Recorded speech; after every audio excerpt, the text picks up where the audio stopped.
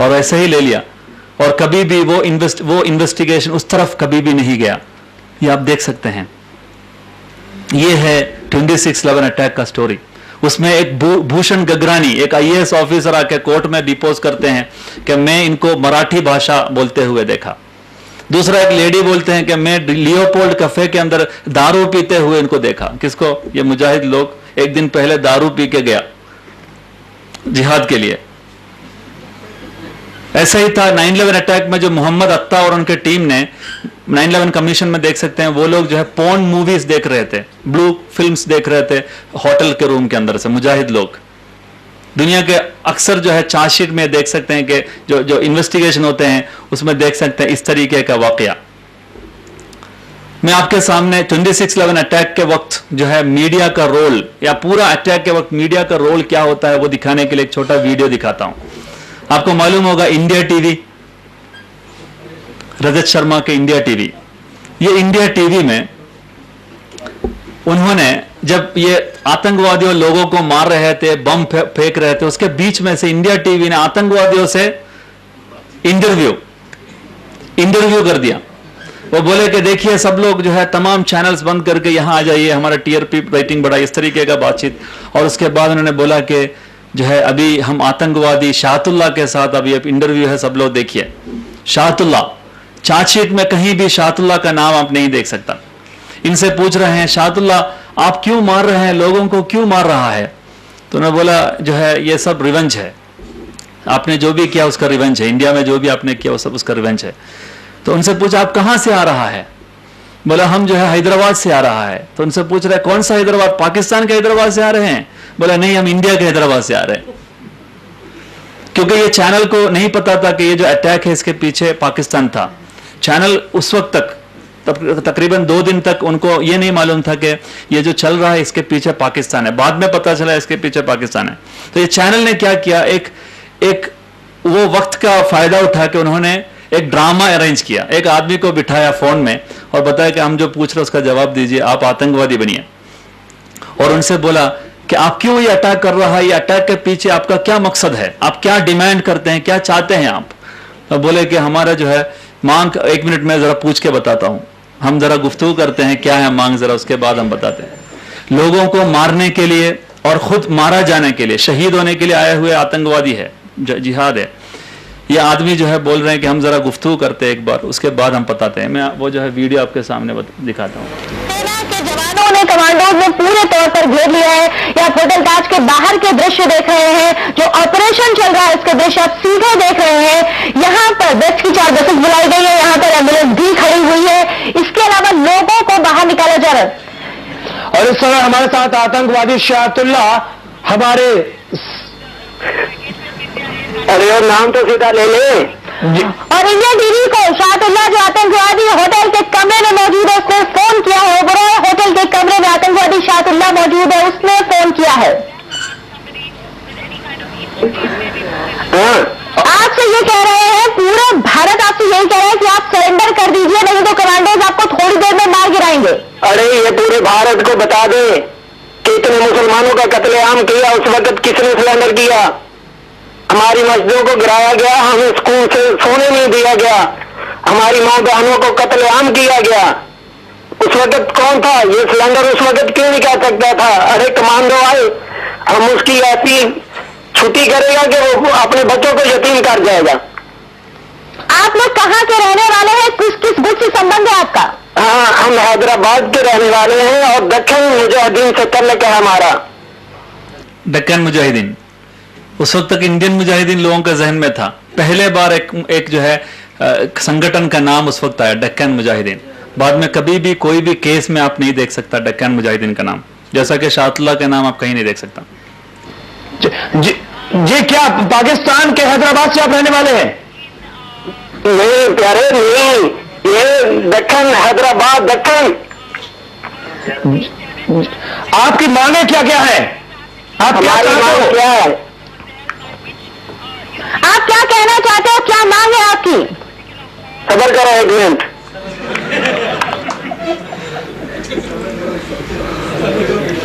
वो 2 मिनट ये सब्र के बाद जो है वो गुफ्तगू कर रहा है, 2 मिनट गुफ्तगू है। वो दिखाने का जरूरत नहीं। 2 मिनट गुफ्तगू कर रहे हैं, हम क्या मांग अभी बोलेंगे, हमें तो अभी फंस गया यहाँ पर, क्या मांग करेंगे अभी। तो ये है 26/11 अटैक। 26/11 अटैक के बारे में आप जब जांचेंगे तो पता चलेगा, ये जो अजमल कसब का स्टोरी है उसमें एक फोटो है, आपको याद होगा वो फोटो। अगर आपके मोबाइल में अगर नेट है तो अभी ही आप गूगल इमेजेस देख के आप डाउनलोड जो है सिर्फ देखिए, अजमल कसब डालिए तो आपको एक फोटो मिलेगा जिसमें वो जो है बंदूक लेके चलने वाला फोटो। लेकिन आप अगर गौर से देखेंगे तो पता चलेगा वो जो फोटो में कहीं भी बंदूक नहीं है, लेकिन एक फोटो में उसका शार्प इमेज है, बाकी में सब फेडेड इमेज है। वो चलते वक्त रात में वो जो है डिफोकस हो जाता है। एक फोटो फोकस्ड है, उसमें देख सकते हैं वो छतरी है, छतरी यहां पर टांगा हुआ छतरी है। डिफेंस जो है लॉयर ने ये बोला कि इसमें कहां बंदूक है। आप एक भी वो निकाला गया, वो एविडेंस से निकाला गया फोटो, कोर्ट में वो फोटो एविडेंस नहीं है। और यह भी पूछा गया कि इतना ज्यादा 180 से ज्यादा जो अलग अलग जगह पर जो सीसीटीवी कैमरास मौजूद है, एक भी वीडियो में इनका दलील दिखा सकते हैं कि ये अटैक करते हुए। तो प्रोसिक्यूशन ने बोला हमें 2 हफ्ते का टाइम चाहिए। 2 हफ्ते बाद प्रोसिक्यूशन आके बोला कि वो तमाम जो है सीसीटीवी कैमरा उस दिन बंद था, कुछ काम नहीं किया। तमाम जो है सीसीटीवी कैमरा में हम देखा उसमें कहीं भी काम नहीं कर रहा था, सब बंद था, वो एविडेंस के तौर पर नहीं लिया गया। यह है। और उसके अलावा अजमल कसब का हिस्ट्री यह है कि वो शाहरुख खान को बहुत पसंद करते थे और 17 साल में वो जो है पाकिस्तान से वो इंडिया आके यहाँ के जो है कोई फिल्म में एक जो है सपोर्टिंग एक्टर कम से कम बन के एक्ट करने के लिए वो आ रहे थे। ये मुझे बोला जो है अमीन सोलकर और फरहाना शाह जो उनके डिफेंस लॉयर है, उनसे पूछा गया, वो उन्होंने बोला ये। और वो जब नेपाल के जरिए से नेपाल में जाके वहां कारखाना में उन्होंने काम किया, वहां से पेटी केसेस में वो फंस के नेपाल पुलिस और इंडियन पुलिस बहुत आपस में समझौता है, वहां से पाकिस्तानी आदमी को हैंडओवर किया, बोले कि ये भी एक मुर्गा है, आप इस्तेमाल कीजिए। 2006 में नेपाल इंडिया को हैंडओवर किया। ये फरहाना शाह और जो है इन्होंने कोर्ट में ये बोला कि इसके पीछे जो अजमल कसब है बोल रहे हैं, अजमल कसब बेसिकली 2006 से पुलिस के कस्टडी में है और उसका जो है पेपर में छपके भी आया। उसके अलावा इंटेलिजेंस एजेंसीज का एक बड़ा जो है एक खत था जो बाहर निकाला गया था, जो ये जो है ये जो खत है आप देख सकते हैं, intelligence bureau ministry of home affairs, ये लीक किया गया खत है जो इंडियन एक्सप्रेस के शिशिर गुप्ता ने इंडियन एक्सप्रेस पेपर में स्कैन करके डाल के ये दुनिया के सामने रखा। इसमें ये बोलते हैं कि अकॉर्डिंग टू ये आ रहे हैं सितंबर 24 को, मतलब अटैक होने के 2 महीना और 2 दिन पहले। अटैक हो रहा है नवंबर को, लेकिन ये रिपोर्ट आया है सितंबर को, अक्टूबर नवंबर 2 दिन बाद, 2 महीने बाद ये अटैक हुआ है।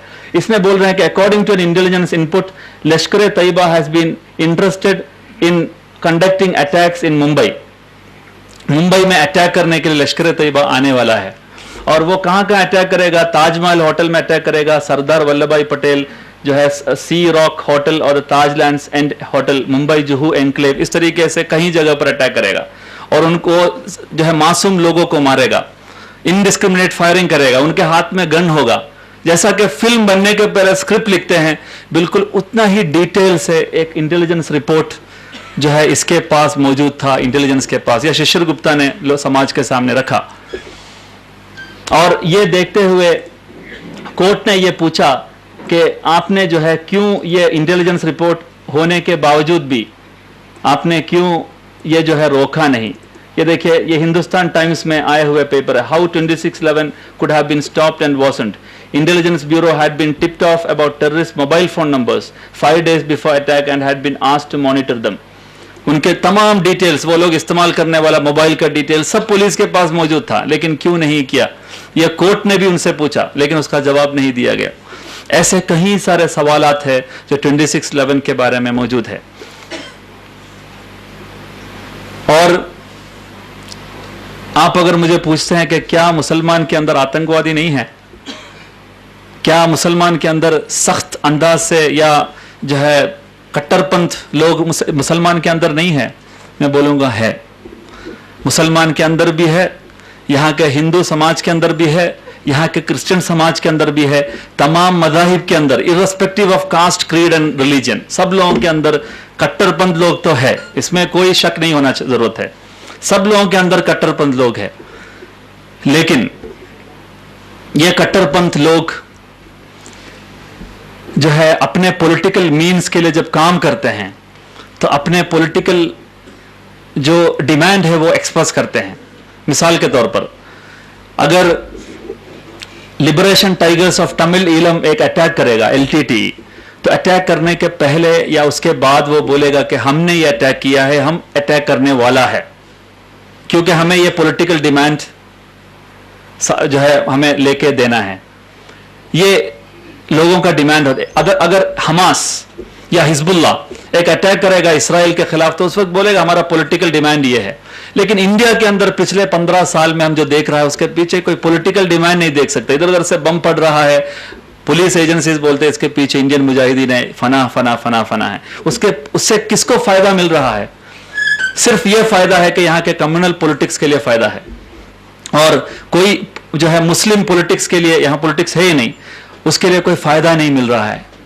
लेकिन एक बहुत जरूरी चीज आपके जहन में होना जरूरी है कि इंटेलिजेंस एजेंसीज और यहाँ के जांच एजेंसीज टेररिज्म को मैन्युफैक्चर करते हैं जब उनको जरूरत पड़ता है। तो कुछ डिटेल्स मैं आपके सामने रखना चाहूंगा कि यहाँ के एजेंसीज के अंदर कुछ ऐसे लोग हैं, कुछ रोग एलिमेंट्स मौजूद है। सब एजेंसीज को हम जो है मुजरिम करार नहीं दे सकता। कुछ एजेंसीज मौजूद है जो टेररिज्म को बनाते हैं, मैन्युफैक्चर करते हैं उनके जरूरत के मुताबिक। एक कहानी मैं आपके सामने बोलना चाहूंगा, वो है नफीस अहमद की कहानी। वो एक बांग्लादेशी युवा है और वो बांग्लादेशी यूथ बांग्लादेश के एक जाने माने मालदार फैमिली से हैं। अपने बेटा को, अपने अब्बू ने नफीस को अमेरिका भेजा कंपनी सेक्रेटरीशिप पढ़ने के लिए। अमेरिका में मैनहट्टन, न्यूयॉर्क में वो जो है रह रहे थे 10वीं मंजिल में, और हमेशा लिफ्ट से वो नीचे आते थे। तो एक दिन लिफ्ट जब चढ़े तो उस वक्त उसके अंदर एक मौलाना था।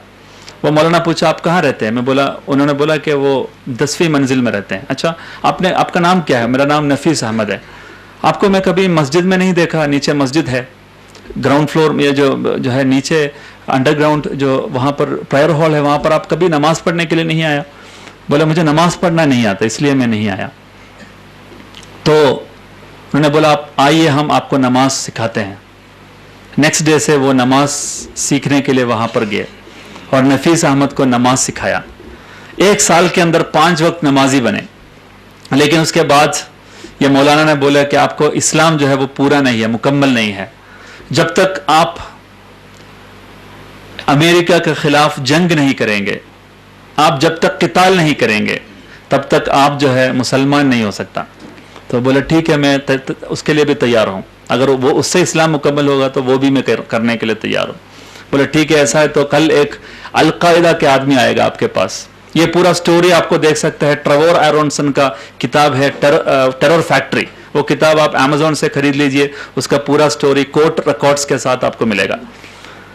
वो बोले कि अल-कायदा के जब ये आदमी आएगा कल, उनके साथ आप बात कीजिए, वो आपको पूरा प्लान्स बताएंगे। तो अब्दुल करीम आए।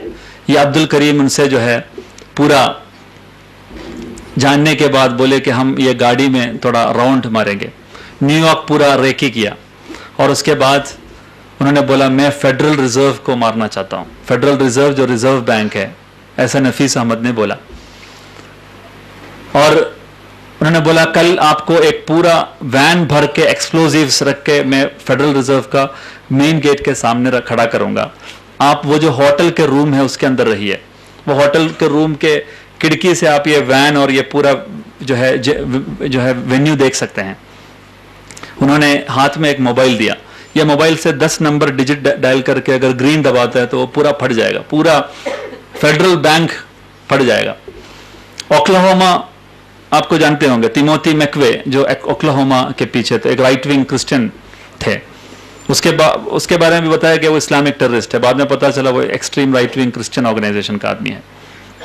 ये $6 मिलियन का वैन है जो खड़ा किया गया था। उन्होंने जो है मतलब ओक्लाहोमा के डबल जो है ब्लास्ट कैपेसिटी था, उन्होंने दबाया। वो टाइम और डेट जब हुआ तो वो दबाया, वो फटा नहीं। दूसरे बार दबाया, फटा नहीं। तीसरे बार जब दबाया तो चारों तरफ से FBI के एजेंट्स उनको पकड़ के लेके गए, फेडरल ब्यूरो ऑफ इन्वेस्टिगेशन के एजेंट्स। जब कोर्ट में ये केस आया, इनके खिलाफ इतना पुख्ता दलील मौजूद था कि कोई भी उसको डिफेंस नहीं कर पाएंगे। वो खुद वीडियो रिकॉर्ड्स पेश किया प्रोसिक्यूशन ने कि ये आदमी बोल रहा है मैं अमेरिका के खिलाफ लड़ने के लिए तैयार हूं।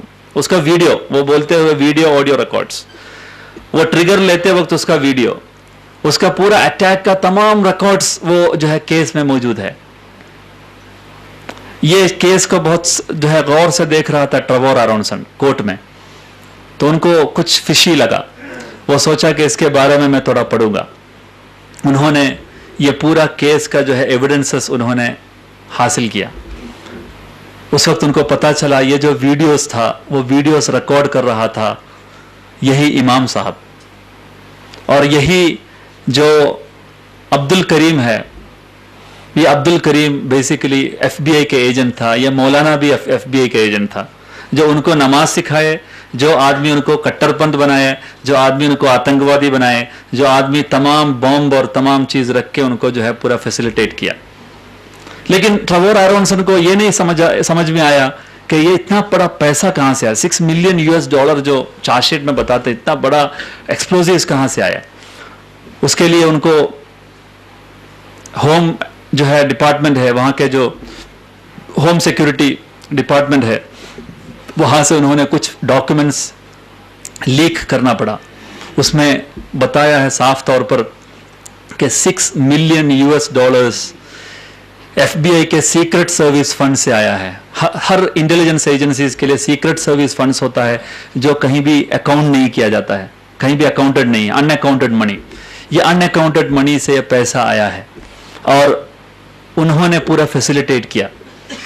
उनको पता चला कि ये जो आदमी को टेररिस्ट बनाया, मुसलमान बनाया, पहले नमाजी बनाया, फिर आतंकवादी बनाया, फिर उसके लिए फैसिलिटेशन किया, उसके लिए बम बनाया, उसके लिए ट्रिगर दिया, फिर उसके बाद उनको फंसाया। उनके खिलाफ विटनेस भी यही आदमी बने जो मौलाना थे।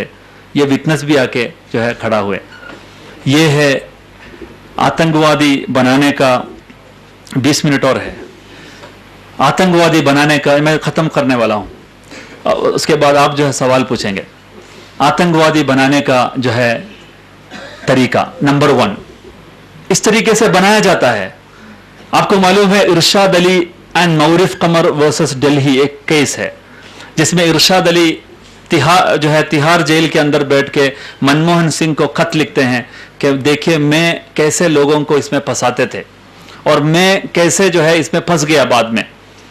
वो बोलते हैं ये तमाम स्टोरी जो नफीस अहमद के बारे में मैंने जो बताया वो इंडिया के अंदर इरशाद अली करते थे। इरशाद अली खुद लिखते हैं प्राइम मिनिस्टर को।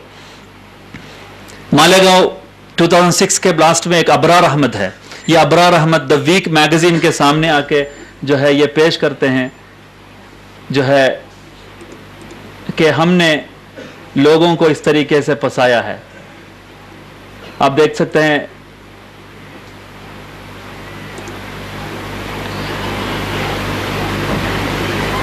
ये आउट ऑफ फोकस है, जरा इसको फोकस कीजिए। यह है Abrar Ahmad. I was forced to implicate innocent people into the terrorism cases. I destroyed a number of lives. I became a toy in the hands of the ATS. They misled the investigation. मैंने कई लोगों को फंसाया था। ये मेरा page नहीं, ये तो जो है द वीक मैगजीन का पेज है जो है उसका पूरा। अगर स्टोरी आपको चाहिए तो वो आप द वीक मैगजीन में स्कैंड कॉपी है, 12 पेज का वो जो है आर्टिकल आप पढ़ सकते हैं जिसमें वो बोलते हैं कैसे जो है मुझे फंसाया गया और मैं कैसे लोगों को फंसाते थे। उसका कवर स्टोरी है the Week confessions of an informer, Mumbai anti terror squad help terrorist. आतंकवादियों को Mumbai ATS anti terror squad खुद मदद करते थे। वो उसका द वीक मैगजीन का जो है कवर पेज है। ये नंबर 1 मॉड्यूल है जहां पर आतंकवादियों को ATS खुद बनाते हैं या पुलिस एजेंसीज खुद बनाते हैं। ये जाल में कभी फंसना नहीं, ये जाल में अगर कोई फंस गया तो बाहर का कोई रास्ता नहीं। और दूसरे जो जरिया है वो इन्फॉर्मर को खुद फंसाते हैं, इन्फॉर्मर को खुद फंसाते हैं। जैसा कि जो अफजल गुरु के बारे में मैंने बताया, जैसा कि आपके अबरार अहमद, इरशाद अली, ये सब इन्फॉर्मर्स थे, उनको खुद फंसा दिया पुलिस ने दूसरा केसेस में। तीसरा मॉड्यूल है जहां पर जाने माने क्रिमिनल्स को, अगर ड्रग माफिया के डीलर है या जो है बम बनाने वाला लोग, मिसाल के तौर पर बर्दवान ब्लास्ट 2014, उसमें बम बनाने वाला मुस्लिम युवा है, वो उनका काम यह है कि बम बनाओ, सब लोगों को बेचो और पैसा जो है इकट्ठा करे। वो बिजनेस था उनके लिए। वो सुबह सुबह बिस्किट जैसा बनाते थे, वैसा बम बनाते थे। हाँ, और भेजो 5 जो है तृणमूल कांग्रेस को भेजो, यहाँ कल ऑर्डर मिला था बीजेपी से, वहां भेजो, तृणमूल कांग्रेस को भेजो। इस तरीके से लोगों को बांटने, पैसा बनने वाला कारोबार करते थे। उस वक्त वो बनते वक्त वो फट गया, 2 लोग मर गए, 2 लोग घायल हो गए। उस वक्त NIA ने सीन में आके बोला कि इसके पीछे इंडियन मुजाहिदीन है। उसको कुछ लेना देना नहीं था वो इंसिडेंट के बारे में। उसके बारे में जो है फैक्ट फाइंडिंग टीम गए थे, उसका रिपोर्ट आप पढ़ सकते हैं इंटरनेट में, वो लोग कौन थे और कैसे थे। तो ये तीसरा मॉड्यूल है। चौथा मॉड्यूल है जहां पर इनोसेंट लोगों को पकड़ के पिटाई करके ये कबूल करवाना कि मैंने किया है। जैसा कि मैं बंडू मिश्राम के बारे में बोला, जैसा जो है इंडिया के खास तौर पर मालेगांव 2006, मालेगांव 2008 समझौता, ये तमाम केस में आप देख सकते हैं कि उनका कबूलनामा है कि मैंने ये किया है। सब लोग कबूल करते हैं उसमें कि इसके एविडेंस में ये देख सकते हैं, लेकिन बाद में पता चल रहा है कि, और उनके पकड़ते वक्त RDX पकड़ा था कहीं लोगों को पकड़ते वक्त, ये जो मालेगांव ब्लास्ट में और समझौता में, उसके साथ गन पकड़ा गया था, लेकिन बाद में पता चल रहा है कि नहीं, वो नहीं है, वो मासूम है और कोई लोग है। मतलब ये जो कबूलनामा है वो कहां से आए, सवाल है। RDX कहां से आए, वो गन कहां से आए थे जब उनको पकड़ते वक्त जो दिखाया गया था मीडिया के सामने। जाहिर सी बात है कि मासूम लोगों को फंसाने का एक तरीका जो है ये इसके मॉड्यूल में चौथा मॉड्यूल है। आप इंडिया के या दुनिया के कोई भी इंडिया के खास, मैं इंडिया के बारे में खास तौर पर बोलना चाहूंगा, आतंकवादी हमला जो बोला जाता है, कोई भी इंसिडेंट को आप ये 4 बॉक्स में डाल सकते हैं। 5वां एक बॉक्स बनाने का जरूरत नहीं पड़ेगा। कोई भी इंसिडेंट को या तो फिर पहला मॉड्यूल में या सेकंड मॉड्यूल में या तीसरा मॉड्यूल में या चौथा मॉड्यूल में आप डाल सकते हैं। इस तरीके से मैन्युफैक्चर किया जाता है। इसके बारे में जो है हमें मालूम होना जरूरी है।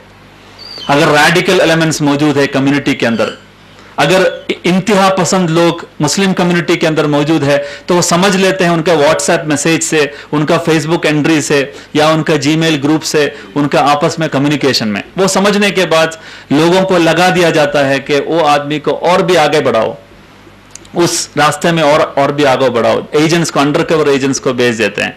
फिर वो जब आगे बढ़ते हैं तो उसको पकड़ते हैं। उसका एक छोटा एक वीडियो है, मैं आपके सामने दिखाना चाहूंगा, जिसमें अल जजीरा जो न्यूज चैनल है, वो चैनल ने ये पूरा इन्फॉर्मर्स के जाल को लोगों के सामने खुलासा किया था। एक द इन्फॉर्मेंस बोल के एक जो है डॉक्यूमेंट्री में, वो डॉक्यूमेंट्री का ट्रेलर मैं आपके सामने दिखाता हूं।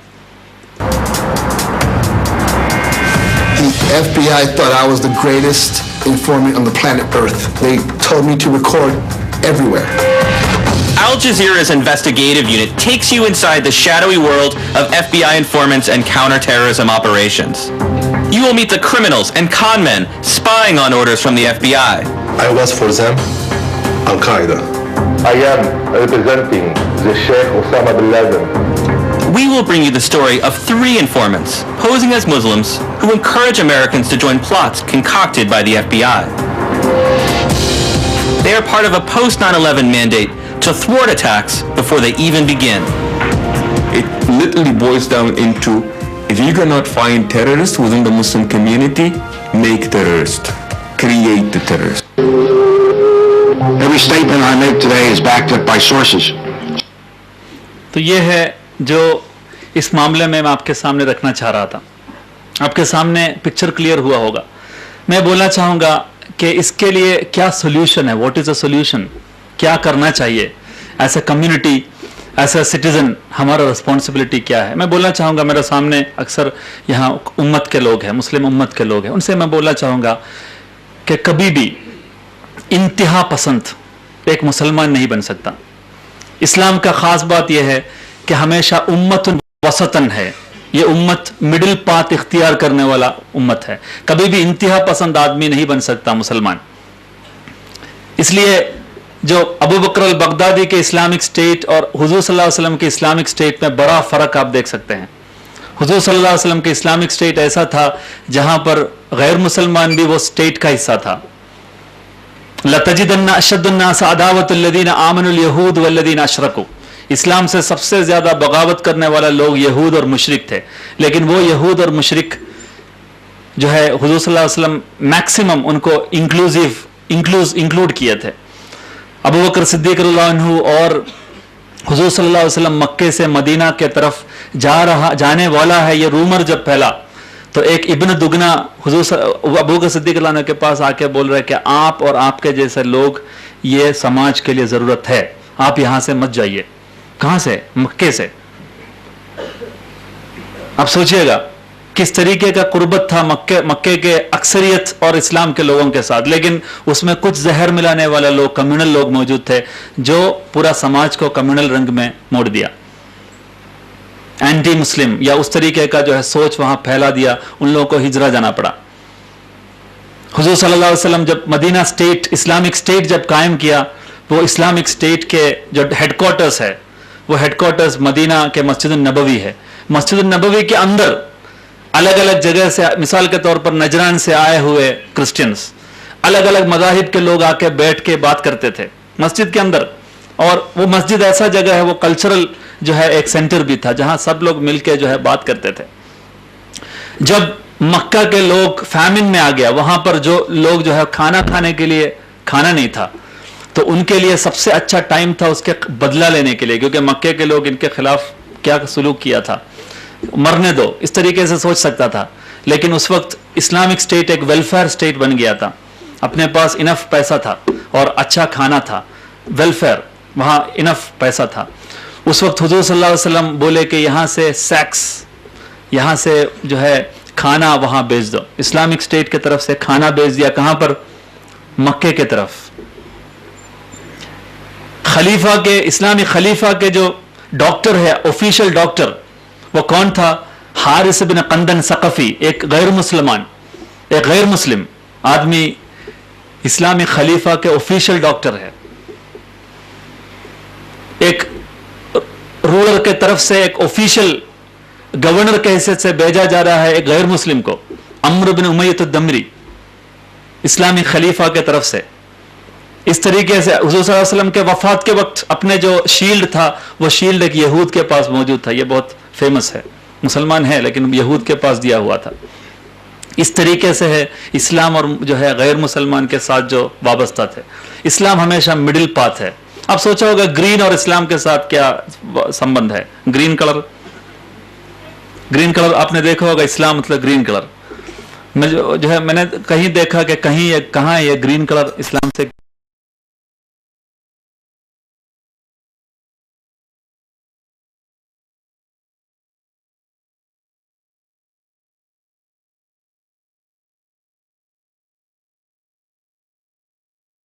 Violet, indigo, blue, green, yellow, orange और रेड, 7 कलर मिलेगा। उसमें सबसे हॉट कलर कौन सा है मालूम है? रेड है, जो हाइयर, जो सबसे ज्यादा हॉट है। और सबसे कोल्ड जो है वो वायलेट है। वायलेट कोल्ड है और रेड ब्लू है, सॉरी रेड हॉट है। आप देख सकते हैं, आपके जब पाइप आप खोलेंगे तो पाइप में जो ठंडा वाला जो पाइप होगा उसमें एक कलर होगा, वो कौन सा है? ब्लू कलर या वायलेट कलर होगा। और जो गर्म वाला जो पाइप है उसमें रेड कलर होगा, क्योंकि ये गर्म है, उसका मिजाज, रेड का मिजाज गर्म है। ये दोनों दो इंतहा है, लेकिन उसके बीच में कलर आता है, वो कौन सा है? ग्रीन। वो ना जो है एक्सट्रीम इस तरफ है ना एक्सट्रीम इस तरफ है, वो ग्रीन है। वो ग्रीन है जो पूरा धरती का कलर है, जो ग्रीनरी है, वो ग्रीनरी इसलिए हम लोग जिंदा रह रहे हैं जो है, क्योंकि मॉडरेट क्लाइमेट है यहाँ, पूरा मॉडरेट जो है नेचर हमारा सामने है। इस्लाम नेचुरल है, इसलिए इस्लाम में ग्रीन है। मैं जो है इंसिडेंटली एक लाइट जो है नोट आपके सामने रख रहा था। इस्लाम मतलब इंतहा पसंद, मतलब जो है उसको बोलते हैं उर्दू में क्या बोलते हैं, मॉडरेट, मुतवाजन सोच है ना, एक जो है एक मिडिल पाथ इस्लाम इख्तियार करता है हमेशा, कभी भी हमको इंतहा सोच नहीं सकता। नंबर 1, हम ऐसा अगर सोचने वाला अगर कोई उम्मत में युवा है, उनको सही इस्लाम सिखाने का जरूरत है, नंबर 1। नंबर 2 ये है कि हम इस्लाम का दावत जो बोलते हैं उसके बारे में गलतफहमी है मुसलमान पूरा। हम समझते हैं कि इस्लाम का दावत मतलब आप तौहीद, रिसालत और आखिरत पढ़ाइए लोगों को किताब के शक्ल में, या अच्छा तकरीर कीजिए, लोगों का सवाल का जवाब दीजिए, तो आपका इस्लाम का पूरा दावत हो गया। वो ये बड़ा जो है गलतफहमी है। वो ज़रूर इस्लाम का दावत का एक हिस्सा है, लेकिन इस्लाम का दावत का सबसे बड़ा इंपॉर्टेंट हिस्सा वो है जहां पर आपके ज़िंदगी से लोगों को खुल के दिखाए कि क्या इस्लाम है। आपका ज़िंदगी देख के, आपके बॉडी लैंग्वेज देख के, आपके अखलाक और किरदार देख के एक आदमी समझे कि अच्छा ये इस्लाम है।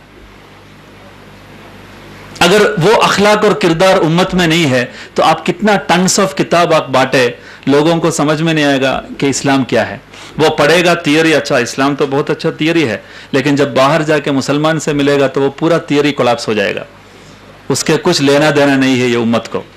इस्लाम का दावत मतलब वो प्रैक्टिकल में लाने का है, वो प्रैक्टिस लोग देखेगा, इस्लाम का मैसेज जाएगा। इसका सबसे अच्छा नमूना आपको देख सकते हैं, आपको जानते हैं इस्लाम कौन कबूल किया था इस्लाम में, इंडिया में फर्स्ट जो इस्लाम कबूल किए थे चेरमान पेरुमाल है, एक राजा केरला में, चेरमान पेरुमाल। ये राजा जब केरला को गवर्न कर रहे थे, वहां पर पर्शिया से, अरेबिया से कारोबार करने वाले लोग आए, बिजनेसमैन, और उन लोगों का खास बात यह था कि वो कहीं भी किसी को भी धोखा नहीं देता था, लोगों से अच्छा अखलाक और किरदार था।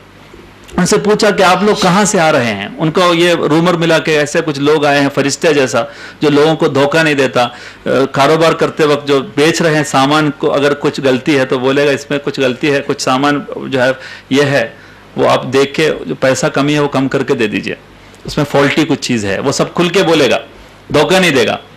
तो राजा ने बोले उनको ज़रा पैलेस में बुलाई, उनसे मुझे बात करना है। उनसे पूछा कि आप कहाँ से आ रहे हैं, बोला हम अरेबिया से आ रहे हैं। आपका गुरु कौन है? हमारा गुरु जो है वो मोहम्मद सल्लल्लाहु अलैहि वसल्लम है। अच्छा, तो मैं उनसे मिलना चाहता हूँ। उन्होंने अपने पैलेस में अपने पर्सनल सेक्रेटरी है एक आदमी जो पुजारी है, उनसे बोला कि मैं आज रात यहाँ से निकल जाऊँगा, लेकिन सब लोगों से ये बोलिए कि मैं पूजा रूम के अंदर 1 महीना 40 दिन मैं मौन व्रत में हूँ, किसी से मैं बात नहीं करूँगा। आप चुपचाप मुझे खाना दे दीजिए और बंद कीजिए, लोगों से बोलिए मैं ये रूम के अंदर मौजूद है, लेकिन आज रात मैं चला जाऊँगा यहाँ से अरेबिया और मैं वापस आऊँगा 40 दिन के अंदर। वो गए और हुजूर सल्लल्लाहु अलैहि वसल्लम से मिले, वहाँ से कलिमत शहादा किए। वापस आते वक्त उनका इंतकाल हुए सलाला में, ओमान सलाला में। अभी भी आप सलाला अगर जाते हैं तो वहाँ पर चेरमान पेरुमाल के कब्र देख सकते हैं। ये जो चेरमान पेरुमाल था, इस्लाम कबूल करने का कारण ये जो कारोबार करने वाला लोगों का अखलाक और किरदार था। उसके बाद मालिक बिन दिनार और उनके साथियों आए। वो लोग आके जो है जब देखा यहाँ पर जात पात के आधार पर ऊंच नीच मौजूद था। ऊंचे जाति के आदमी जो है कभी भी नीचे जाति के आदमी को देखना भी उनके लिए नजर अशुद्ध हो जाएगा। इसलिए वो जब चल रहा है वो सड़क से लोगों को एक खास शब्द, एक साउंड निकाल के सब लोगों को हटाते थे। ब्राह्मण आ रहा है, तमाम नीचे जाति के लोग यहां से हट जाओ। वो पेड़ के पीछे या पत्थर के पीछे जाकर छुप जाओ। अगर प्यास लग रहे थे वो पानी फेंकते थे, पानी पकड़ के पीना पड़ता था। नीचे जाति के लेडीज को अपना ब्रेस्ट कवर करने का आजादी नहीं था, वो ऊंचे जाति के लोगों को एंजॉय करने का सामान था। इन्होंने कपड़ा बांटा, लोगों को बड़े शील कपड़ा उन्होंने बांटा। बोले कि आप भी इंसान है, आप भी इज्जत रखते हैं जितना मर्द रखते हैं, औरत और मर्द दोनों इज्जत रखते हैं। आप जो है ये कपड़ा पहन लीजिए। ये आप देख सकते हैं जो है केरला की हिस्ट्री। हिस्टोरिक बुक्स में सब में ये देख सकते हैं। वो कवर किया और वहां के लोगों से, नीचे जाति के लोगों से बोला कि आज से हम और आप एक ही प्लेट से खाना खाएंगे, हमारा खाना खाने का बर्तन एक होगा, अलग अलग बर्तन में भी हम खाना नहीं खाएंगे। ये जब बोला तो लोग इतना मुतासिर हुए कि लोग बड़े बड़े तादाद में लोग इस्लाम कबूल किए, क्योंकि इस्लाम में कोई ऊंच नीच नहीं है। अगर उनको लिबरेट करना है, उनको अगर आज़ाद करना है ये जो हायरार्की से, तो एक ही जरिया है, वो इस्लाम कबूल कीजिए। तो वो लिबरेट होने के लिए इस्लाम में आए। ये है इस्लाम। हुजूर सल्लल्लाहु अलैहि वसल्लम कैसे दावत देते थे?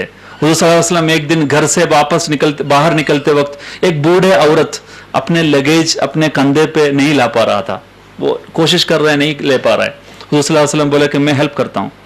वो लिया, अपने कंधे पे लिया और बोले कि कहाँ जाना है? बोले मुझे वहाँ जाना है। बूढ़े औरत, तो उनके साथ ये जो है लगेज लेके वो चलते रहे पीछे। जब ये हेल्प कर रहा था तो ये बूढ़े औरत को बहुत जो है वालिदाना मोहब्बत, उनसे बोला कि आपसे एक गुजारिश है, ये लड़का आपसे एक गुजारिश है कि मक्का में एक आदमी है साहिर, मैजिशियन, उनका नाम है मोहम्मद, उनसे बच के रहिए। अगर उनके सिहर में आप पड़ गया तो आप पूरा जिंदगी बर्बाद हो जाएगा। इसलिए मेरा आपसे जो है एक गुजारिश है कि मोहम्मद का जाल में मत फंसिए। तो हुजूर जो है ये लेके चलते रहे और वहाँ जब पहुँचे तो सामान वहाँ रख के चल रहा था। उस वक्त पूछा आपका नाम क्या है? बोला मेरा नाम मोहम्मद है, जो मोहम्मद जिसके बारे में आप साहिर बोल रहे थे वही आदमी मैं हूँ। उस वक्त अशहदु अल्ला इलाहा इल्लल्लाह व अशहदु अन्ना मुहम्मद रसूलुल्लाह इस्लाम कबूल किए। हुजूर सल्लल्लाहु अलैहि वसल्लम को कत्ल करने के लिए उमैर बिन वहब, एक आदमी असर नमाज के बाद लोगों से जब बात करेंगे उसके बाद गला लगाएंगे, उस वक्त मैं उनको चाकू मार के ख़त्म करने के लिए एक असैसिनेशन प्रोजेक्ट लेके एक आदमी वहाँ खड़ा है। असर नमाज के बाद हुजूर सल्लल्लाहु अलैहि वसल्लम लोगों से बात कर रहा था। उस वक्त एक मेटल गिरने की आवाज़ सुने, सब लोग मुड़ के देखे तो उमैर बिन वहब, लोग वहाँ जो लोग जमा है वो लोगों का अखलाक और किरदार देख रहे थे। वो जाहिलियत के समाज से आ रहा था, वहाँ पर लोगों के बातचीत और लोगों के मोहब्बत एहतराम ये सब देखते हुए बहुत मुतासिर हो गए और फ़ौरन वो डिसाइड कर लिया कि मैं इस्लाम कबूल कर रहा हूँ। वो अपने चाकू पे के अशहदु अल्ला इलाहा इल्लल्लाह व अशहदु अन्ना मुहम्मद रसूलुल्लाह, ये है इस्लाम का दावत। एक आदमी का जो है रवैये से लोग मुतासिर हो जाता है। बिलाल इब्न रबाह कैसे इस्लाम कबूल किए? वो एक नीग्रो स्लेव थे, बिलाल, जो आज़ान दिया काबा के ऊपर से। ये बिलाल इब्न रबाह चलते वक्त एक दिन मोहम्मद, जो ऊंचे जाति के उनके लिए वो है ना स्लेव है, जो ऑनर है, ऑनर में से ही सबसे ऊंचा वाला आदमी मुझे देख रहा है, मोहम्मद जो बनु कुरैश के बड़ा फैमिली के आदमी है, मुझे देख रहा है। तो वो देख रहा है बहुत मोहब्बत और एहतराम के साथ बिलाल के तरफ। वो जिंदगी में कभी भी उनके तरफ मोहब्बत और एहतराम के साथ कोई भी दुनिया के आदमी उनको देखा नहीं, ये गुलाम था जो है जन्म से। हुजूर सल्लल्लाहु अलैहि वसल्लम पास आए मुस्कुरा के और अपने दाएं हाथ अपने सीने पे रखा, जो कपड़ा नहीं था रखा, और उनसे मुस्कुराया, कैसे हैं आप, ठीक है? इस तरीके से कुछ बोला नहीं, सिर्फ हाथ रखा। उस वक्त उन्होंने बोला अशहदु अल्ला इलाहा इल्लल्लाह व अशहदु अन्ना मुहम्मद रसूलुल्लाह। यह है इस्लाम का दावत। इस्लाम अगर आपके जिंदगी में है तो लोग वो महसूस करेगा। दिस फीलिंग इज दावत। Islam, da'wat is not hearing Islam, but feeling Islam. Not speaking Islam, but living Islam. आप जिंदगी बिताइए इस्लाम। आपको स्पीच करने का जरूरत नहीं पड़ेगा। मुझे जबान का जरूरत नहीं है किसी को इस्लाम का मैसेज देने के लिए। अगर इस तरीके से दावत किया तो ये पूरा जो हमारे साथ जो है हमारे ब्रदर्स है, हिंदू ब्रदर्स, क्रिश्चियन ब्रदर्स, ये सब लोग आपसे मुतासिर हो जाएगा। आपसे सबसे ज्यादा नफरत करने वाला आदमी आपके सबसे अच्छा मित्र बन जाएगा। कुरान की आयत है इदफा बिल्लती ही अहसन फइदल्लज़ी बैनक व बैनहु अदावतुन कअन्नहु वलियुन हमीम वमा युलक्काहा इल्लल्लज़ीना सबरू वमा युलक्काहा इल्ला ज़ू हल्लिन अलीम। आपके साथ एक आदमी जो है बुरा सुलूक कर रहा है, आप उसको दिफा कीजिए सबसे अच्छा से, सबसे अच्छा चीज से आप दिफा कीजिए, तो आपका सबसे बड़ा बगावत करने वाला आदमी, आपसे सबसे ज्यादा नफरत करने वाला आदमी आपका सबसे अच्छा मित्र बन जाएगा। लेकिन उसके बाकी आयत में ये बोल रहे हैं कि सबसे सब्र करने वाला लोग ही ये कर सकता है। अगर आपके अंदर सब्र नहीं है तो ये आपसे बुरा करने वाला आदमी से आप अच्छा नहीं कर सकता, सब लोग ये नहीं कर सकता। ये है इस्लाम का दावत और ये है इस्लाम। इस तरीके से अगर मुसलमान जिंदगी बिताते हैं, लोग बोलेगा कि आप यहां जरूरत है, आप पाकिस्तान मत जाइए, आप जो है आप और आपके जैसे लोग ये मुल्क के लिए जरूरत है, और आप ये जो समाज के लिए सुधरने के लिए सबसे इंपॉर्टेंट लोग हैं। ये अगर आप इस तरीके से इस्लाम का रिप्रेजेंटेशन करें, पूरा उलट जाएगा। नंबर 3 ये कि एज अ कम्युनिटी मुस्लिम समाज खुद एम्पावर करने का जरूरत है। अगर इल्म नहीं है, अगर तालीम नहीं है, कोई एजुकेशन नहीं है, आप खुद एम्पावर्ड नहीं है, बाकी लोग आपके ऊपर हावी हो जाएगा। ये बाई नेचर ऐसा है। आप अगर जो है बहुत मजलूम है, बहुत जो है वीक है, तो बहुत जो है स्ट्रांग वाले लोग आपके ऊपर हावी हो जाएगा। बाई नेचर ऐसा हो जाता है। हम तमाम तरीके से हमारे अंदर जो सलाहियतमंद लोग हैं उनको ट्रेनिंग देके, HR या ह्यूमन रिसोर्स डेवलपमेंट करके, सबसे अच्छे लोगों को आगे बढ़ा के और पूरा जो है उम्मत को एम्पावर करके आगे बढ़ने के हमारा जो है प्रायोरिटी में आना चाहिए। नंबर 3। नंबर 4 ये है कि रिसर्च एंड डॉक्यूमेंटेशन, ये इस मामले में क्योंकि टेरर जो है हमारा विषय है, रिसर्च एंड डॉक्यूमेंटेशन हमारा वर्क कल्चर का हिस्सा बनना चाहिए। ये एक आदमी या 2 लोग इसके बारे में पढ़ाई करके ज्यादा फायदा नहीं है, ये हमारा वर्क कल्चर का हिस्सा बनना चाहिए। जयपुर में अगर कुछ लोगों को पकड़ते हैं आतंकवाद के नाम पे, तो हमको जानना चाहिए उसके डिटेल्स, क्या है वो केस। आप डर के दूर मत भागिए, आपको वो पूरा जानने का चीज आपके सामने मौजूद है कि क्या है चार्जशीट, क्या है डिफेंस लॉयर क्या बोलते हैं, क्या गवर्नमेंट क्या, प्रोसिक्यूशन क्या बोलते हैं, पुलिस क्या बोलते हैं, ये तमाम चीज जांचना, वो सब डॉक्यूमेंट करना। अगर कोई आदमी, अगर कोई एजेंसी लॉ के बगैर कुछ कर रहा है, अगर लॉ को तोड़ रहा है वो लोग, तो उसके खिलाफ आप आवाज उठा सकते हैं, आप पीसफुल अंदाज में एहतजाज कर सकता है, और उन लोगों को जो है उस तरीके से इन्वेस्टिगेशन को सही रास्ते में लेके जाने में आप बड़ा civil society, responsible civil society होने के नाते आप काम कर सकता है। दूर भागना कोई चीज का हल नहीं है, वो यही चीज दोबारा रिपीट होने का कारण बन जाएगा। हमारा रिस्पॉन्सिबिलिटी बनता है। और 5वां सबसे इंपॉर्टेंट चीज यह है कि कभी भी हम डिवाइड नहीं होना, डिवाइड नहीं होना। हमारे अंदर जो है कहीं सारे मुस्लिम उम्मत के अंदर कहीं सारे जो है फिक्र का मसला है कि फिक्र में कहाँ नमाज पढ़ते वक्त कहाँ जो हाथ रखना है, जो है सलाम बोलते वक्त कहाँ जो है कैसे बोलना है, जो है किरात करते वक्त कैसे किरात करना है, कुनूत है या नहीं है, आपको जो है एतदाल है या नहीं है। ये तमाम चीज़ जो है फिक्र का छोटे छोटे मसाइल, ब्रांचेस, शाख, छोटे छोटे टॉपिक्स हमारे अंदर हर कम्युनिटी में है, हर साइंस में है, हर जो है कम्युनिटीज में ये मौजूद है, लेकिन वो लेके आपस में डिवाइड करने का सबब नहीं बनना चाहिए। ला इलाहा इल्लल्लाह कलिमत तौहीद हमारा एक है, हमारा जो है किबला एक है, हमारा कुरान एक है, हमारा पैगंबर एक है, सब एक है, लेकिन आपस में लड़ाई कर रहा है। क्यों? इतना ज्यादा जो है यूनिफॉर्मिटीज हमारा पास मौजूद है, उसके होने के बावजूद भी लड़ाई कर रहा है। क्यों? किसको फायदा है इसको? पूरा समाज के साथ जोड़ना है, यहाँ के हिंदू, क्रिश्चियन, मुस्लिम सब लोग एक साथ जोड़ने का काम हम करना है। उसके अलावा मुस्लिम कम्युनिटी एज एन उम्मत, हमारे अंदर भी ये जो डिवीजन है इसको भी हम खत्म करने का जरूरत है। डिवीजन हमेशा बाकी लोगों को, ऑप्रेसर्स को बड़ा अच्छा जो है फायदा मिलता है। इसी बात के साथ मैं खत्म करूंगा। आपके लिए जज़ाकल्लाहु खैर व आखिर दावाना अल्हम्दुलिल्लाह रब्बिल आलमीन। अस्सलाम वालेकुम। कोई सवाल अगर है तो सवाल सिर्फ। हाँ जी, आपने जिनका जो केरल के जो राजा थे जिनका जिक्र किया, तो क्या मैं ये समझूं, जैसा आपने बताया कि मैंने पढ़ा नहीं कहीं, एक तो किस किताब में है ये चीज़, दूसरा हमें इस बात की खुशी होनी चाहिए कि इंडिया में पैदा हुआ भी हुजूर सल्लल्लाहु अलैहि वसल्लम के एक सहाबी थे कोई जी, क्यों आज ये इंफॉर्मेशन पहली बार सुनी है कि इंडिया में कोई आदमी पैदा हुआ और वो सहाबी थे। तो ठीक है, एक बार उन राजा का नाम और ये किस किताब में था? ठीक है।